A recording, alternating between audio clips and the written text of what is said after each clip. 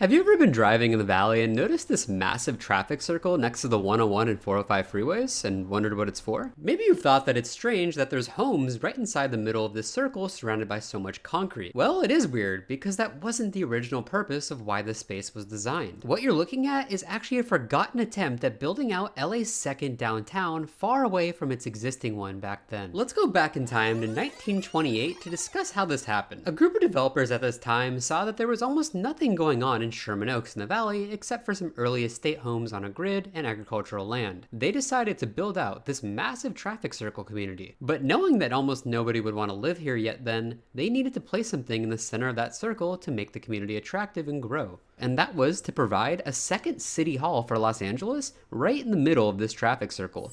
This wasn't just a half-baked idea though. They had an architect draw up extremely detailed ornamental and architectural plans showing off what this new city hall would look like. They then zoned the surrounding area to allow a mixture of single-family homes, stores, and apartments, with no real limits on where exactly those could be placed. But their whole plan went awry when a rival group of developers just 2 miles north of here in Van Nuys had more clout and won out with the city of LA in proposing a second branch of government to be built in their area. Their argument was also bolstered by the fact that Van Nuys had an existing streetcar network and development pattern, which they argued made it a lot more suitable for a second branch of City Hall. Because the city of LA agreed with them and located it there in the early 1930s, the traffic circle community began to languish. Nearly 20 years after it was built in the early 1940s, there still weren't that many homes or anything being placed and located inside the circle. But luckily for the original developers, World War II happened and the population boom of the valley soon exploded. Demand was so high for housing and so cheap that people quickly moved to live inside the circle and developers sold the lots to them. Allowing homes inside the circle pretty much completely killed the original plan for this to be a grand civic downtown, but there was a brief period in which different stores and restaurants established themselves in the area north of the circle.